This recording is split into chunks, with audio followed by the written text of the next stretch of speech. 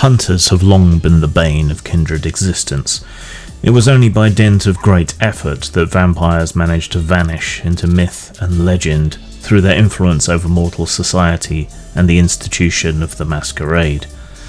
That facade has been shattered, or at the very least, cracked. Truly, the masquerade was lost in 1999's Week of Nightmares, and this culminated in the purges of 2012 and the fall of London, with all the chaos that engendered. Mortal hunters were now organised, knowledgeable, and had the full force of first world states behind their efforts. This was sudden, brutal, and perhaps most brutal of all in the United Kingdom. London went dark for over a decade. Survivors scattered into the countryside or the depths of the earth and the sewage systems, subsisting on the thin blood of animals to escape notice. But what form do these new hunters take, especially here in the United Kingdom? Anti-vampire operations are overseen by a secret minister appointed from the House of Lords and rarely present in that house. The longevity of a lord in their positions and their lack of democratic accountability and threat are seen as strengths for such a position. The lord in charge of the anti-vampire operations is granted a great deal of latitude, but they are required to check in with the Prime Minister and the Home Secretary on a regular basis, who are briefed on the existence of the supernatural. It is currently unknown which lord holds this position. Presumably the King also, as the head of the Church of England and the head of state, as a religious figure, is also aware. SO-15 Counter-Terrorism Command replaced SO-13, merging the old SO-13 and SO-12 special branches together.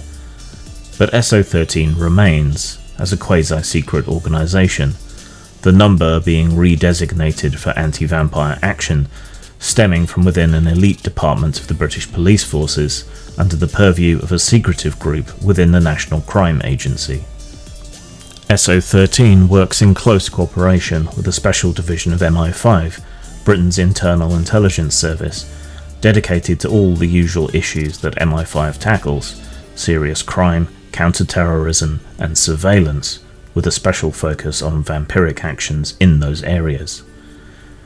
MI6 is Britain's external intelligence service and, similarly, has a special division for handling vampiric affairs, and which works in liaison with other nations and groups also dedicated to the same purpose.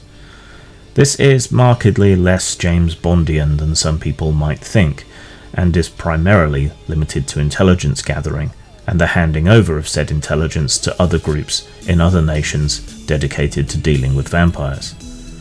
The relative poverty and corruption in some nations, along with lingering paternalistic colonial thinking, does however lead to more direct action involving MI6, and a special regiment of mixed special forces, drawn from the Special Air Service, Special Boat Service, Special Reconnaissance Regiment, Special Forces Support Group, 18th Signals, and Joint Special Forces Aviation Wing, is dedicated to such a task, particularly in international waters.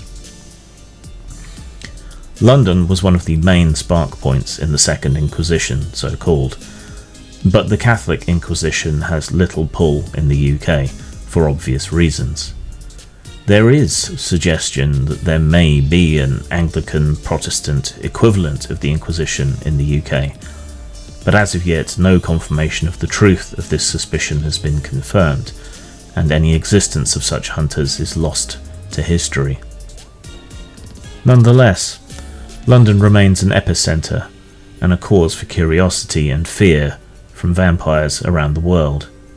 How did the mortals find us? How did they learn about us? How are they tracking and hunting us still?